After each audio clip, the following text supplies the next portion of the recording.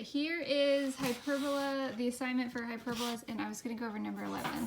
So for this one, all they tell you is that the foci is plus or minus 10, 0, and that the asymptote is plus or minus 3/4 x. So let's start with this foci. Do you remember that the foci... you know, I might just find it. The foci, if you look at this picture, the foci are in here. They're kind of in these parabola pieces, and in this one, they're vertical. They're horizontal, they're going to be symmetric on the x-axis. So we've got plus or minus, or 10, plus or minus. So here's negative 10, here's 10. So these are the ordered pairs. So this tells me that we're going to open horizontally. And it also tells me that the center is 0, 0, because it has to be symmetric to these two foci.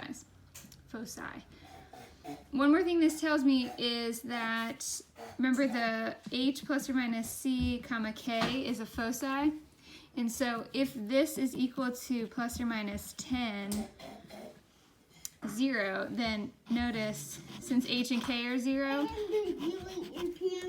this tells me that c is 10. Yeah, I ate all the pancakes, thank you. Okay. So that's what we can learn from the foci. Here's your pancake. The asymptote, they tell us, is 3. Pancake for you. Okay, guys, I need to take a video. Can you go away, please? The asymptote is plus or minus 3/4 x. The ordered pair for the center is 0, 0. So we've got, here's the formula.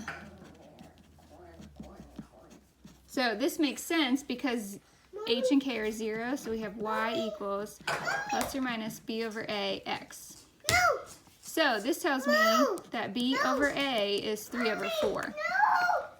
That doesn't necessarily mean that b is 3 and a is 4. What that means is their ratio is 3 over 4. So now we have to use the fact that c is 10. So here's our right triangle. And remember with this one, c squared equals a squared plus b squared. So the hypotenuse is 10. And let's say this is A and this is B. This is some like 3, wait, I guess A is 4, sorry. This is something like 4x. And this is 3x. Both of these, their relationship has a factor of 4/3, or a ratio of 3 over 4. Mommy, no. There might be another Mommy, number no. in here. Okay. Sit down. Okay. So what we have to figure out, we've got 10 squared equals 4x squared plus 3x squared. So 100 equals 16x squared plus 9x squared. So 100 equals 25x squared, because we can combine like terms here. Divided by 25, so 4 equals x squared. That tells me x is 2. So these guys are actually, instead of being 4 and 3, they're actually 8 and 6, because that's their factor. This is their reduced ratio.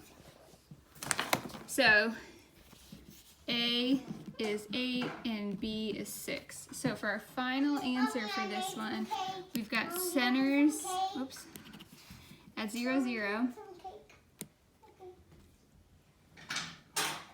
And because this is horizontal, x is first. So x squared minus y squared equals 1. And then my denominators, a goes with...